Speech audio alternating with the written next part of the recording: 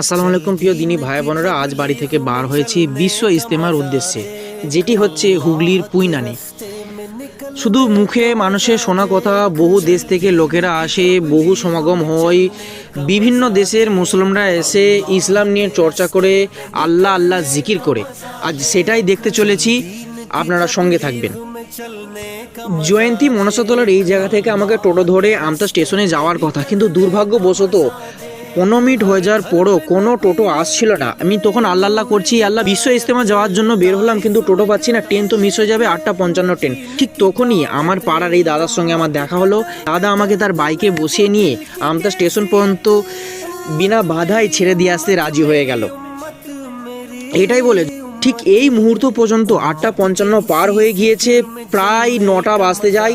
আমরা আল্লাহ করছিলাম ট্রেন হয়তো আমতা স্টেশনে দেরি করে আজকেও হয়তো আমার জন্য দাঁড়িয়ে থাকবে, কিন্তু যেটা ভাবা সেটাই হওয়া। ট্রেন স্টেশনে পৌঁছেই দেখতে পাই ট্রেন দাঁড়িয়ে আছে। সঙ্গে সঙ্গে কোনো বিলম্ব না করে ট্রেনের টিকিট কেটে ট্রেনে বসে পড়লাম, আর এখান থেকে চালু হলো আমার ট্রেনে যাওয়ার যাত্রা।